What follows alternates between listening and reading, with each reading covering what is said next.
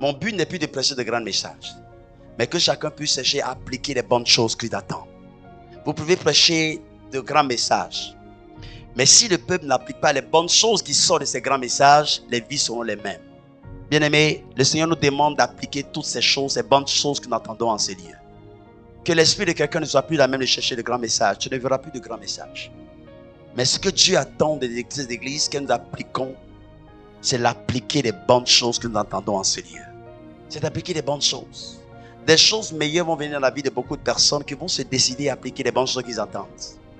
Quand Dieu libère une parole, c'est ce qu'on appelle le logos, ce qu'il attend des enfants de Dieu, que chacun saisisse un élément qu'on appelle le rhéma. Si nous sommes à la recherche de grands messages, nos vies seront les mêmes. Mais si nous sommes dans l'esprit d'application des bonnes paroles, nos vies changeront. Que ce soit la portion de quelqu'un. Ma prière est que tu appliques ces choses. Quand nous avons vu la première partie qui est, on va réviser et continuer en même temps, la première partie de vaincre l'adversité, nous avons compris que quand tu veux vaincre, vous savez, l'impossible, c'est toutes les situations, toutes les réalités, tout ce qu'on peut vivre sur la terre. Nous avons compris que quand tu veux vaincre la chose, la première chose, tu ne dois pas confondre ton état et la situation. C'est la première chose. Quand tu as entendu ces premières paroles, comment tu as vécu par rapport à ça jusqu'à aujourd'hui? Bien-aimés, retenez, je ne suis plus dans la disposition de prêcher de grands messages. Si c'est la révélation, vous savez que Dieu a donné la révélation à cette personne. Je n'ai rien à vous prouver. Rien. Pour ceux qui ont fait des années avec moi, vous savez, ce monsieur, il n'a rien à nous prouver, que ce soit en connaissant de la parole de Dieu, que ce soit en révélation. Donc, ne serai plus dans l'esprit de prêcher de grands messages. Dieu me demande à ton peuple d'appliquer seulement les bonnes paroles que tu attendais en ce lieu. Quand tu as entendu cette première partie, comment tu as vécu? Est-ce que tu es resté dans la disposition de savoir que ta situation n'est pas ton état? Est-ce que tu as su cela? Est-ce que vraiment tu as été dans cette disposition? Ce que tu peux vivre n'est pas ton état. Ton état est demain ton état. Ce que tu peux vivre demain, ce qui est. Alléluia. Pour ceux qui ont suivi cette première partie, nous avons compris que Christ était dans la situation d'esclave. Mais ça n'a rien empêché en Christ de démontrer sa dimension d'enfant de Dieu. Tu ne peux pas vaincre l'impossible si tu mélanges ton état et la situation. Toute situation que tu peux vivre n'est pas ton état. Tu es un enfant de Dieu, tu y demeures. Si tu crois réellement, si tu as accepté Christ, les états seront toujours devant de nous. Les situations seront toujours devant de nous. Mais ton étoile doit rester la même. Alléluia. Et nous avons vu cette citation. Ne fais pas de ce que tu vis ce qui doit remplacer ce que tu es. Si le Seigneur dit, je t'ai racheté, sache qu'il t'a racheté. S'il dit, tu es béni, sache que tu es béni. Mais il ne faut pas prendre le fait que tu ne manges pas 3 fois par journée pour remplacer ce que Dieu a dit tu es. Le fait que Christ s'est trouvé dans la situation d'esclave n'a pas fait de lui qui n'est plus enfant de Dieu. Il l'était, il demeure toujours enfant de Dieu. Parce que ce que tu vis ne remplace pas ce que tu es. Mais est-ce que quand tu as connu ce message, tu l'as appliqué à ta vie, tu as commencé à vivre avec cela, ou tu as laissé les choses encore dominer ton existence? Enfant de Dieu, le Seigneur a dit à son serviteur que ton esprit ne soit plus dans la dimension des grands messages, mais que chacun de vous applique les bonnes paroles que chacun attend. Parce que je sais, si tu appliques ces paroles, et le Seigneur lui-même dit dans sa parole, le tout n'est pas d'entendre, le tout n'est pas de comprendre, mais le meilleur est de pratiquer. C'est de pratiquer. Je vous dis toujours, je nous dirai toujours, l'une des choses qui ne doit pas être un état de pitié d'un serviteur de Dieu, c'est ce que vit quelqu'un. Parce que si tu ne veux pas vivre ça, décolle-toi de la terre et puis mets-toi en l'air. Parce que tout ce que nous vivons sont les réalités de la terre. Vous savez, les deux éléments ont leur définition. Au ciel, on parle de la vérité. La terre, on parle de la réalité. Donc la terre a ses réalités et le ciel a ses vérités. Tu ne pourras jamais effacer les réalités de la terre. C'est pourquoi que les réalités de la terre, ce qu'on appelle les situations, ne puissent pas tuer ton état. Tu es un enfant de Dieu. Tu es un choisi de Dieu. Tu es un aimé de Jésus. Tu es un racheté de Dieu. Il t'appelle le victorieux. Et il t'a donné le titre le plus puissant, fils de Dieu. Alléluia. Vous savez, il n'y a plus aucun diplôme au-dessus de cela. Aucun diplôme. Soit l'agrégé. Fils de Dieu au-dessus de cela. Il n'y a aucun diplôme. Il n'y a aucun diplôme. Aucun PhD, je ne sais, je m'en fous de ce que tu as. Fils de Dieu au-dessus de ça. Et si tu l'es, ton âme doit être dans cette situation. La première chose qu'on a vue, tu ne peux pas vaincre l'impossible. Ça veut dire les situations, les réalités de la terre. Si tu oublies ton état par rapport aux situations, il n'en sera pas ta portion. Que ton état prenne le dessus. La deuxième chose que nous voyons ce soir, si il est que réellement, tu veux toujours être dans ce thème, vaincre l'impossible. Retenez qu'on appelle l'impossible, les réalités, les difficultés, les situations, tout ce qui se présentera. Si tu veux les vaincre, la première chose, c'est de savoir que ton état n'est pas la situation. Mais la deuxième chose, ne vis jamais dans la culpabilité, mais vis dans la justification. Alléluia. La défaite de beaucoup d'enfants de Dieu part de là. La défaite de beaucoup d'enfants de Dieu part de là. Pourquoi il est qu'aujourd'hui, Certains ne sortent pas de certaines situations, ne sortent pas de certaines réalités de la terre. Mais juste parce qu'ils laissent encore la culpabilité dominer sur la justification. Écoute bien ce que je dis et puis tu peux l'écrire. Tu sais, la culpabilité crée un état de vaincu et de déchu.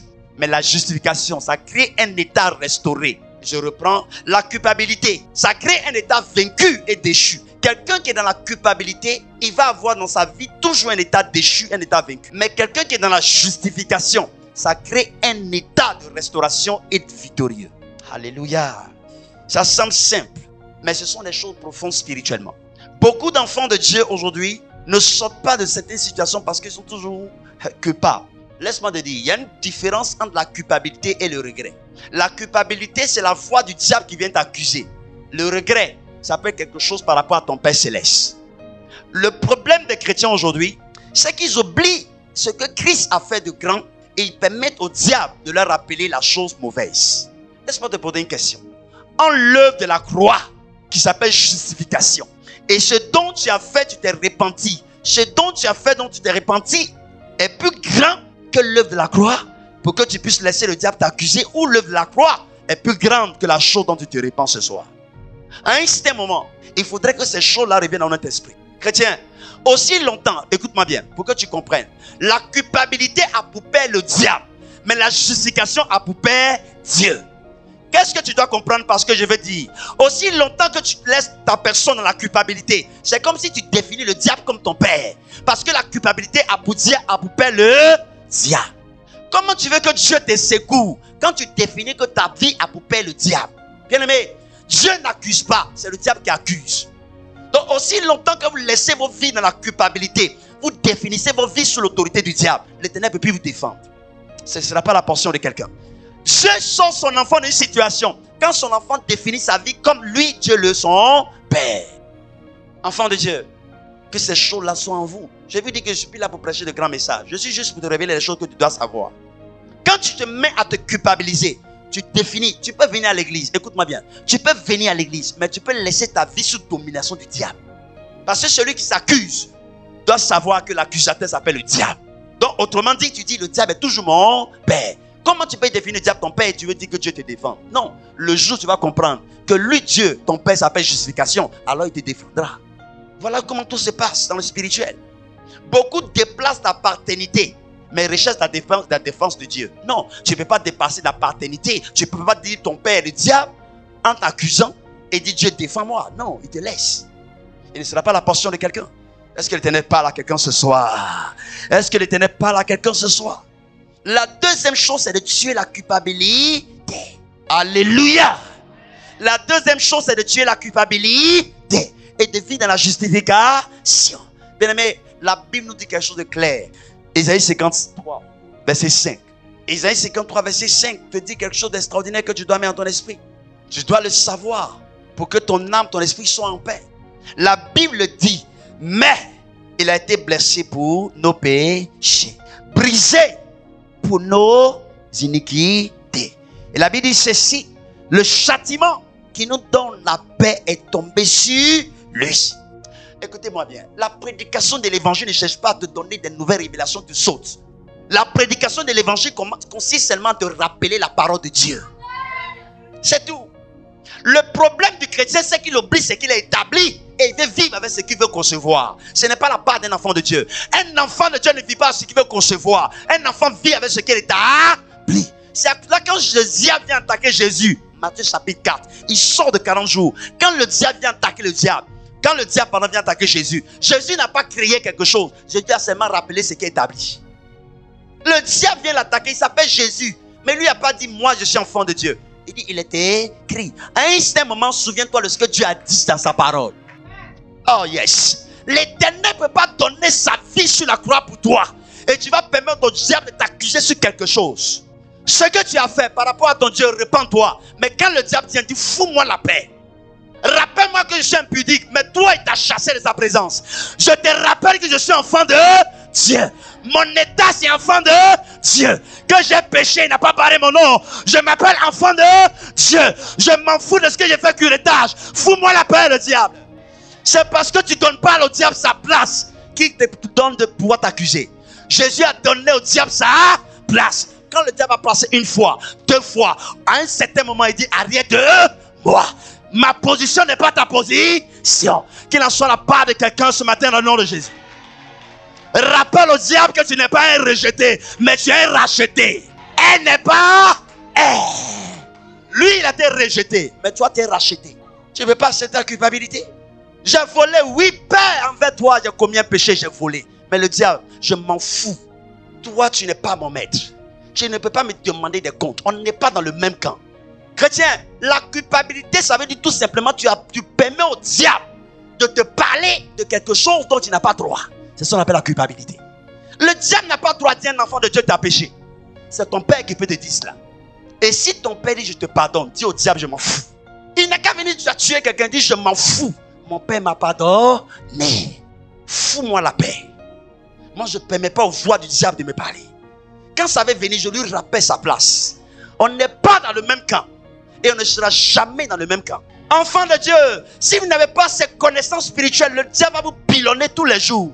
Le diable n'a pas autorité à te parler. Le diable n'a pas décidé, il n'a pas capacité à te parler. Parce qu'il n'est pas ton père. Ton père, c'est l'Éternel des armées qui a donné sa vie sur la croix. L'impossibilité vient de la culpabilité. Est-ce que c'est pas parce qu'il a fait avortement que continue? Est-ce que c'est pas parce que... Est-ce que c'est pas parce que... Bien aimé, on regrette ce qu'on a fait, on se repent devant Dieu. Mais ne permet pas au diable de nous parler dans l'autre oreille. Quand l'Éternel t'a parlé dans l'oreille droite, je t'ai pardonné. Ne prête pas l'oreille gauche au diable. Beaucoup ici sont encore dans ça.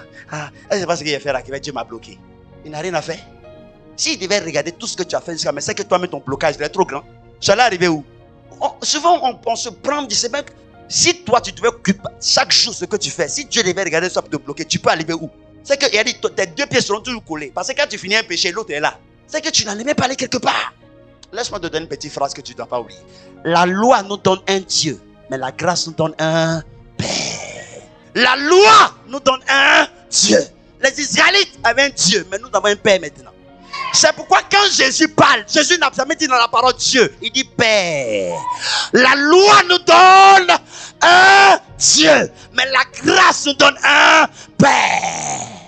C'est en cela que tu peux t'approcher du Père. J'ai péché contre toi. Et puis c'est fini. Tu ne dois plus vivre sous la loi. Je n'ai pas dit à quelqu'un va faire le libertinage. Je ne dis pas à quelqu'un va vivre le désordre. Mais vis ce que Dieu a établi et non conçoit ce que Dieu n'a pas établi. Nous sommes là, nous remplissons notre tête d'analyse des choses. Est-ce que c'est pas ce que j'ai fait? Est-ce que aussi longtemps que tu es dans la culpabilité, tu n'avanceras jamais. La deuxième dimension, quand tu reconnais ton état, sache que ton état, c'est en fait, ce que je suis en train d'enseigner, c'est pas un sans l'autre. Dans vaincre l'impossible, c'est 1, 2, 3 collés. Il faut savoir que si tu connais ton état enfant de Dieu, il faut savoir que cet état-là se vit dans la justification. C'est ce que ça veut dire. Le 1 et le 2 là. Le 1 on a dit quoi? C'est ton état et non la situation. Mais si tu connais ton état enfant de Dieu, ça se vit dans quoi? Ça se vit dans la justification, pas dans la culpabilité. Donc tu ne veux pas dire que je connais mon état et je suis enfant de Dieu et tu vas vivre la chose où l'état n'est pas. Un état d'enfant de Dieu se vit dans la justification. Tu n'es pas enfant de Dieu, tu n'es pas tes capacités, tu n'es pas toi qui as créé enfant de Dieu. Écoute, c'est pas parce que tu mets tes 2 pieds à destinée que tu es enfant de Dieu. C'est parce qu'il y a quelqu'un qui a donné sa vie sur la croix. Ce n'est pas parce que tu as la face d'honneur, c'est pas parce que tu as la catholique, c'est pas parce que tu as le protestant que tu es enfant de Dieu. C'est pas église qui fait enfant de Dieu. C'est oui, Jésus, je te donne ma vie. C'est ça qui fait de toi enfant de Dieu. Et quand tu es enfant de Dieu, ce n'est plus, écoute, ce n'est plus ta démonstration de ta sainteté. C'est seulement ce que lui, il a fait sur la croix. C'est la croix qui nous justifie. Tu ne peux pas dire je connais mon état, je suis enfant de Dieu et le diable te parle. Il y a un problème. L'état se vit dans la justification. Je veux que quelqu'un se souvienne de cela. Aussi longtemps que ton état, le diable arrive à pas beaucoup parce que beaucoup ne vivent pas dans la justification. Préparez-nous, je mets 8, 1 à 2. Que tu le saches. Aussi longtemps que ton état n'est pas dans ça, l'état d'enfant de Dieu ne se vit dans aucune des choses que ce qui est en blanc. Retiens ça. Donc si c'est toi qui sais ta justification, ta démonstration, ton jeûne qui sera extraordinaire, alors la culpabilité sera encore ta portion. Romains chapitre 8, le verset 1, verset 2 nous dit quoi? Il n'y a plus de condamnation. Il n'y a plus maintenant même, bien sauté ça. Aucune condamnation pour ceux qui sont en Christ. Et le verset 2 nous dit quelque chose de si très profond. Le verset dit, en effet, la loi de l'esprit de vie en Jésus-Christ m'a affranchi de la loi du péché et de la mort. La loi du péché et de la mort, c'est quoi? C'est l'accusation. C'est quoi? C'est la culpabilité. Donc la Bible dit, la référence dit, la loi en Christ m'a affranchi de la loi de la culpabilité. Le Seigneur ne peut pas dire, sa loi en Christ t'a libéré de la culpabilité et toi tu vas accepter encore d'être coupable. Donc ce que tu as fait n'a pas d'importance alors. Ce que Christ a fait sur la croix n'a pas de valeur. Ce que Jésus a fait n'a pas de valeur. Il n'en sera pas la portion de quelqu'un. Ce soir que l'âme de quelqu'un soit libérée. Je parle à quelqu'un, reçoit cette parole comme une parole de ta délivrance. Parce que ta culpabilité est trop et tu ne peux pas réussir. Qui s'accuse permet au diable de toujours lui parler. Et c'est le problème de beaucoup de chrétiens. Ils sont chrétiens mais le diable leur parle. Ils sont chrétiens mais donnent des petits démons leur parle. Attends. Vous savez, Christ, il faut arriver au stade, on ne suit pas le diable, mais il faut le mettre toujours à sa place. C'est pas tu es vilain, tu ne le vois pas, c'est un mensonge. Mais arrière de moi, fous-moi la paix. Tu n'as pas d'ordre à me donner. Qu'il y ait de violence verbale envers le diable. Je dis qu'il y ait une violence verbale envers le diable. C'est autorisé. Christ n'a pas caressé le diable. Arrière de moi. Il en sera ta portion. La deuxième chose, si la première chose, tu connais ton état. On vit en fonction de notre état. L'état se vit dans une justification. Alléluia. Et la dernière chose, vous savez, la troisième chose, c'est que quand vous voulez réellement vaincre les choses, l'impossibilité, les choses qui sont comme les situations qu'on connaît trop, il faut savoir que, écoute-moi très bien, c'est une logique ce que je t'enseigne. Si tu as un état, cet état-là se vit dans la justification. Mais la justification est démontrée par une position. La justification est démontrée par une position. Tu sais, il ne faut pas confondre ton existence et la position que Dieu te donne. Beaucoup d'enfants de Dieu confondent leur position et leur existence. Alléluia. Un vrai chrétien, un vrai enfant de Dieu, certes existe sur la terre, mais vit au ciel. Quelqu'un dit Amen. Ah. Voilà d'où vient, le dernier point là, c'est très important, écoute bien. D'où vient l'échec? D'où viennent les difficultés? Cela arrive parce que beaucoup des chrétiens vivent dans le même territoire que le diable. Ah non, écoute cette partie. Beaucoup de chrétiens vivent dans le même territoire que le diable. Bien aimé, la Bible nous dit, au ciel il a été chassé. Le diable vit entre le deuxième et le troisième ciel. Le deuxième et le troisième ciel n'est rien de que la terre où nous sommes, l'atmosphère terrestre où nous sommes. Donc un enfant de Dieu qui vit sur terre va vivre les mêmes, va avoir toujours les mêmes problèmes. Éphésiens 2. Verset 6 te donne la position spirituelle d'un enfant de Dieu. Voilà ta position. C'est parce que beaucoup ne réalisent pas cette position qui sont dans les difficultés. Regarde bien. Et nous, c'est Christ, Jésus. Jésus nous a rachetés ensemble. Non, nous a ressuscités ensemble. Et nous a fait quoi? Asseoir ensemble dans les lieux célestes. Quand tu es dans le Seigneur, il y a une position. Ton pied que tu vois peut être à terre, mais ta vie, c'est au ciel. Ça, c'est une autre profondeur de la parole. Si tu ne lèves pas ton esprit, tu ne peux pas vivre ça. Un bon enfant de Dieu ne vit pas sur la terre. Un bon enfant de Dieu est quelqu'un dont l'esprit est toujours dans le céleste. Est-ce que quelqu'un m'écoute? Chrétien, voici la profondeur spirituelle. On est dans les combats à ne pas finir. Parce que nous considérons nos vies sur la terre où le diable est maître. Dieu a créé la terre, mais le diable en est maître où je te parle. Parce que c'est là où Dieu l'a projeté. Laisse-moi te donner l'histoire ou bien la dimension de l'aigle royal. Il y a un oiseau qu'on appelle l'aigle royal. Quand il veut tuer un serpent, vous savez comment il fait? Il descend, il prend le serpent et puis il monte très haut dans l'espace. Il monte très haut dans l'espace. Qu'est-ce qu'il fait? D'abord, il relâche le serpent. Le serpent lève à se débattre. Il descend encore, il le prend. Avant que le serpent ne touche la terre, il le prend, il remonte et puis il le laisse. Le serpent, il le relâche encore. Il peut le faire 2 ou 3 fois. Donc le serpent se vertige dans l'air. Quand il le dépose quelque part, il le termine. Mais pourquoi l'aigle royal procède ainsi? L'aigle royal a la connaissance d'une chose que toi, enfant de Dieu, tu ne sais pas. L'aigle royal sait que la terre est le domaine du serpent, mais l'espace est son dos. Ah, l'aigle royal sait que la terre est le domaine du serpent. S'il s'amuse à combattre le serpent en terre, le serpent va l'avoir. Mais quand il amène le serpent dans son espace, le serpent ne tient plus. Chrétien, tu as trop de problèmes parce que tu combats le diable avec sur sa propre terre. Tu ne peux jamais avoir raison. Beaucoup de personnes ont des problèmes parce qu'ils combattent à terre. Un enfant de Dieu ne vit pas à terre. Un enfant de Dieu vit dans l'esprit céleste. L'aigle royal sait que le ciel est son domaine d'autorité. L'aigle royal sait que le ciel est son domaine de compétence. Donc il ne combat pas le serpent sur son sol. Il amène le serpent lui dans son domaine où le serpent n'a plus de repère. Si tu ne vis pas, tu ne règnes pas, tu ne fais... Comment tu peux descendre combattre le diable à terre? Bien aimé, laisse-moi donner une révélation. C'est ce qui est arrivé au grand Daniel. Vous qui connaissez la parole de Dieu, le secours de Daniel est venu de la terre ou du ciel? Ça te dit rien? Daniel lève la prière depuis la terre. Le prince de Perse peut bloquer. Non, ça c'est une autre dimension spirituelle. Si ton esprit se lève, regarde, Daniel rentre dans la présence de Dieu. Il parle à Dieu depuis la terre. Le prince de Perse, le démon de l'espace de cette zone, pouvait bloquer la prière. Il n'a pas compris que quand tu vas être victorieux, ce n'est pas de la terre qu'on lève la prière, mais c'est devant le trône de Dieu. Il fallait que le Seigneur libère les anges depuis le ciel pour venir intervenir pour dégager le ciel. Tu sais, la terre n'est pas ton domaine de compétence si tu es enfant de Dieu. C'est devant le trône. C'est pourquoi quand beaucoup vivent leur vie dans la chair, on a train de danser, ils dansent dans la chair. Bien aimé, quand tu me vois ici en train de célébrer mon Dieu, c'est pas parce que la louange est agréable. C'est pas parce que la louange, je me trouve devant le trône de mon Père. Je vous ai toujours dit, le Seigneur dit, dis à ses fils ce que tu fais. Bien aimé, moi je ne loue pas Dieu ici sur la terre. Quand la louange passe ici, quand il n'a qu'à, elle dit, ils n'ont qu'à dégamer ou pas. Je prends la parole. Gloire à Dieu qui est dans les cieux. Je prends la parole et puis je suis devant le trône de mon Père avec. Je ne suis pas sur la terre ici avec toi. Je peux danser mes pieds à terre, mais mon esprit est dans le ciel. Laisse-moi vous donner une révélation. Jésus prend 5 pains et 2 poissons pour les multiplier. Qu'est-ce qu'il fait? Nous sommes en Marc chapitre 6, verset 41. Quand il prend, qu'est-ce qu'il fait? Il lève les yeux vers le ciel. Père!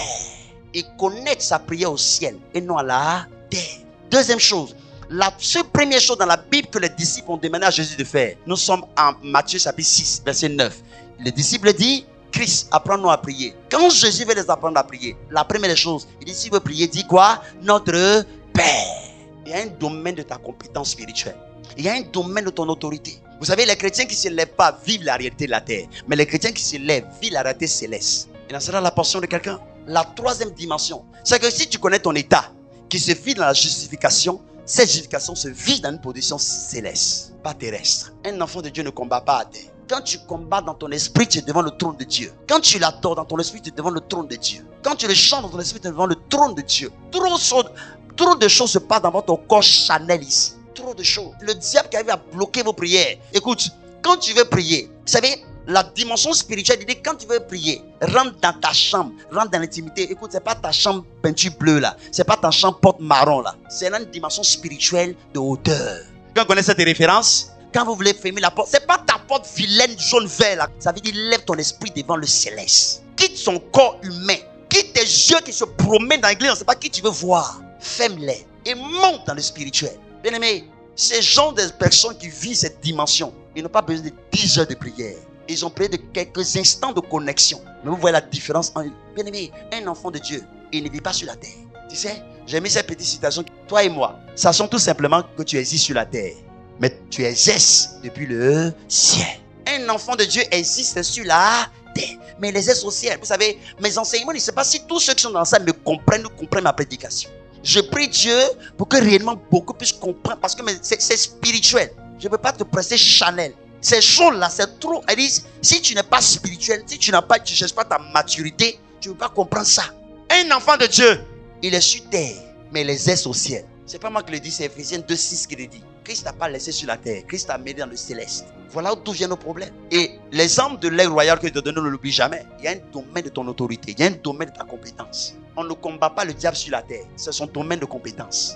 Il a été chassé. Bien aimé, il y a 3 ciels. Il y a le premier, il y a le deuxième et le troisième ciel. Là où le diable ne peut jamais arriver, c'est le 3e ciel. Donc si toi, tu ne peux pas te lever par le 3e ciel, ton combat est en vain. Au premier ciel, il peut bloquer ta prière. Au deuxième, il peut bloquer. Sur le 3e ciel, il ne peut pas. Un vrai enfant de Dieu a un domaine de compétence. C'est au 3e ciel devant le trône de son Père. Ce n'est pas sur la terre. C'est pas sur la terre. On est trop chanel. Tout ce qui fait, les hommes n'ont qu'à le voir. Et tu perds ton temps. Il faut te lever dans le spirituel, te trouver quelque part.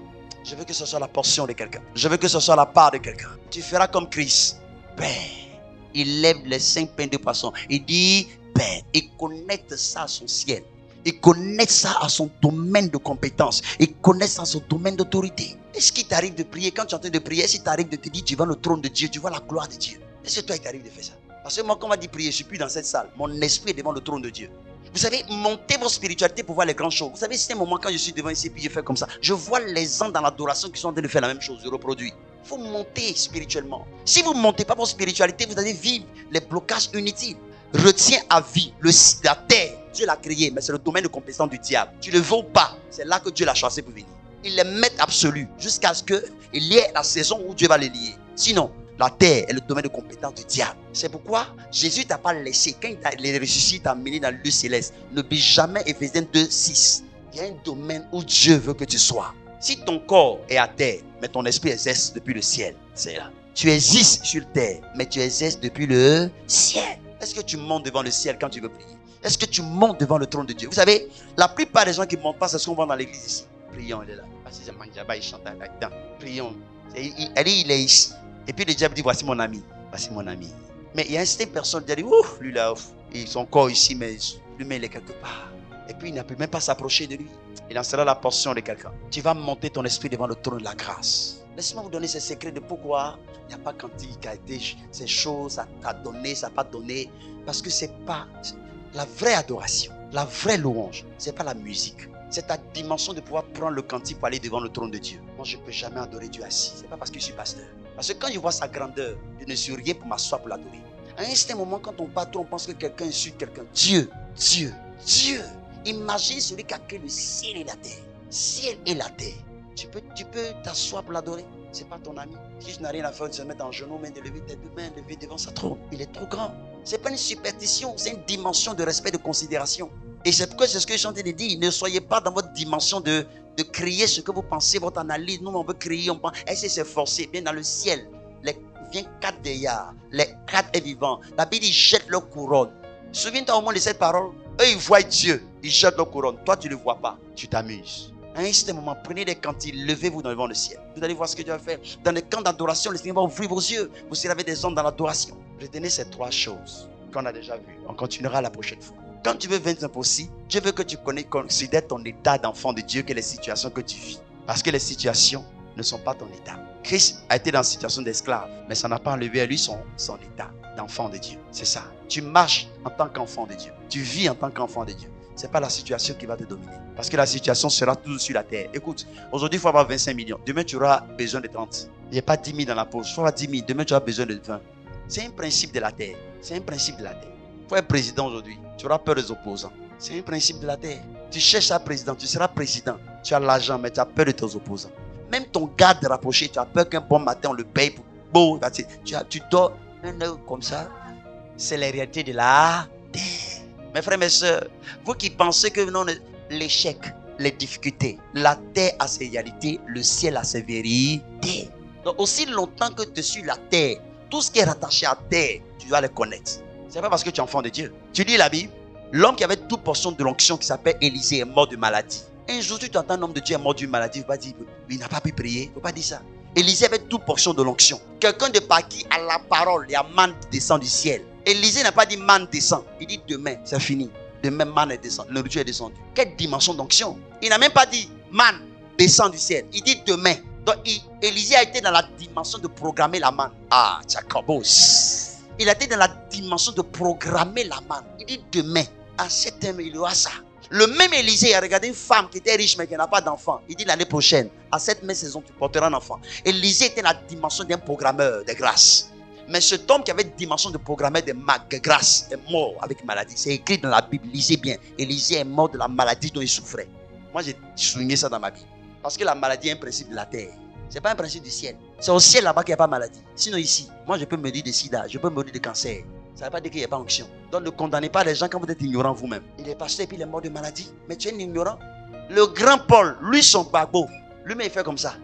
Il pensait que c'est sueur. Il fait comme ça. Quand on dépose, on dit voilà un malade. Les malades s'élèvent. Mais la Bible dit lui-même il avait maladie dans son... Ah. Comment se fait que lui, ça guérit l'autre, mais pour lui-même quand il applique, ça ne guérit pas. La Bible dit à Dieu, enlève-moi les chats qui est dans mon corps. Écoute, les réalités de la terre demeurent les réalités de la terre. C'est pas pour ça que tu vas regarder. C'est pas pour ça que tu dis Dieu ne m'écoute pas. C'est pour Dieu ne m'écoute pas. Dieu n'est pas avec moi. Tu n'as rien compris. Implore sa grâce. Implore sa grâce. Et vis dans la position qu'il t'a donnée. Il t'a envoyé sur la terre. Donc tu vas vivre les réalités de la terre. Mais même si tu vis les réalités de la terre, vis dans le ciel. Que Dieu bénisse quelqu'un ce soir. Que Dieu bénisse quelqu'un ce soir. Je dis à un enfant de Dieu, lève ta personne et positionne-toi là où Jésus t'a placé. Oh, bien-aimé, à cette saison, arrête-toi. Vous savez, souvent quand je chante de prier, dans mon esprit, c'est comme si je suis arrêté au ciel. Et puis je parle à la situation sur la terre. C'est ce que je fais des fois. Je peux être en face de quelqu'un en train de prier, mais je monte dans mon esprit. Et je suis comme supérieur à la situation. Et je parle à la situation. Vous savez, si vous voulez délocaliser certaines choses devant de vous, ne soyez pas en face de la chose, soyez au-dessus de la chose. Le pouvoir ne s'exerce pas à l'égalité. Écoute ma phrase. Le pouvoir ne s'exerce pas à l'égalité. Le pouvoir s'exerce à l'autorité. Il y a une position d'autorité. Tu ne peux pas être devant la chose et dire pas. Non. Avant de dire au diable pas, tu te mets au-dessus de lui en esprit. Avant de dire la situation, arrête-toi. Mets-toi au-dessus de lui en esprit. Prends la position que ton Père céleste a donnée. Père, je suis au-devant de ton trône et je commande depuis ton trône à la situation depuis la terre. Je te dégage dans le nom de Jésus de Nazareth. Il y a une position de ta victoire. Dis Amen.